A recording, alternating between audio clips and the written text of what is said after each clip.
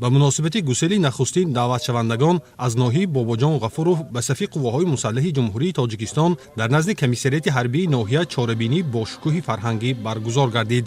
маросими бо тантанаи гусели нахустин даъватшавандагон дар ноҳияи Бобоҷон Ғафуров шаҳодати он буд ки сафи ихтиёриён хело зиёд буда ҷавонони ҷасуру матини ирода ва тамоми сокинони ноҳия бо ифтихори баланд дар ин маъракаи муҳими сиёсӣ ширкат меварзанд.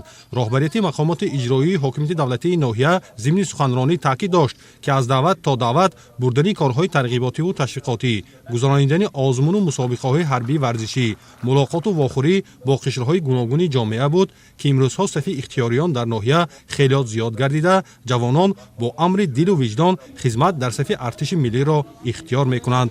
ин аст ки дар рӯзи нахустин ҷавонони шуҷову далер ба сафи артиши миллӣ шомил гардиданд то хоки поки муқаддаси ин сарзамини аҷдодиро ҳифз ва ҳимоя намоянд. воқеан имрӯзҳо шарту шароит дар тамоми қисмҳои низомии мамлакат бо талошу заҳматҳои сарфармондаҳии олии қувваҳои мусаллаҳ муҳтарам Эмомалӣ Раҳмон дар сатҳи баланд ба роҳ монда шуда хизмат дар сафи қувваҳои мусаллаҳ мактаби мардонагиву шуҷоатмандӣ ба шумор меравад. боиси ифтихор ва қаноатмандӣ мебошад ки имрӯзҳо дар тамоми ҷамоату деҳоти ноҳия маъракаи сафарбарнамоии ҷавонон ба артиши миллӣ ба як тантанаи бошукӯҳи идона табдил ёфтааст. ман имрӯз бо хоҳиши худ ба хизмати модар ватан роҳ пеш гирифтам ва аз тамоми ҳамсолони худ даъват менамоям ки бо хоҳиши худ имрӯз барои ҳимояи марзу буми ватани хеш доимо омода бошанд.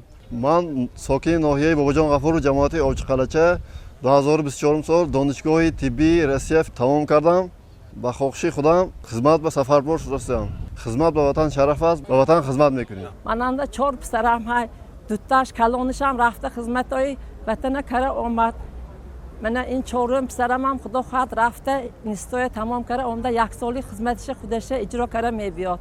чанде аз ҳозирин ҷавонону волидон баромад намуда ифтихормандии худро баён доштанд. воқеан ҳам насли ҷавон дар сафи қувваҳои мусаллаҳи мамлакат хизмат намуда муҳимтарин мактаби обу тоби ҳаётро паси сар мекунанд. маҳз дар ҳамин ҷо ҷавонписарон дарси шуҷоату мардонагӣ ва муҳофизат кардани хоки поки ватанро меомӯзанд.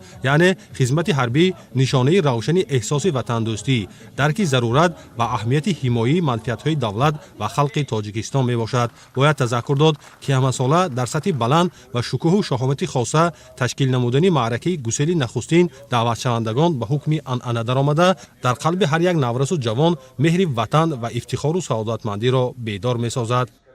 ман мирзои муҳаббат 16 та набера дорам, 12 таш писар, 4 таш духтар. якум наберама гусел қидосиям. хизмати ватан бо хоҳиши худаш омадагӣ.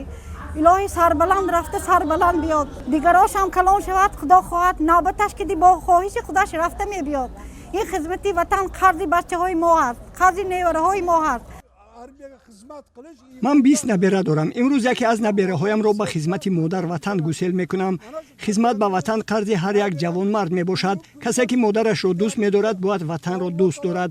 шукронаи замони соҳибистиқлолии кишвар мекунем ки имрӯз шароит дар сафи қувваҳои мусаллаҳи Тоҷикистон хеле хуб аст. бояд ҷавонон рафта хизмат кунанд, ҳамеша далеру ҷасур бошанд. ман мин баъд низ дигар набераҳоямро ба хизмати модар ватан гусел мекунам то аз ин мактаби мардонагӣ таҷриба гирифта ба зиндагии мустақилона омода шаванд. хизмати фарзандон дар сафи артиши миллӣ барои мо падару модарон ифтихор аст.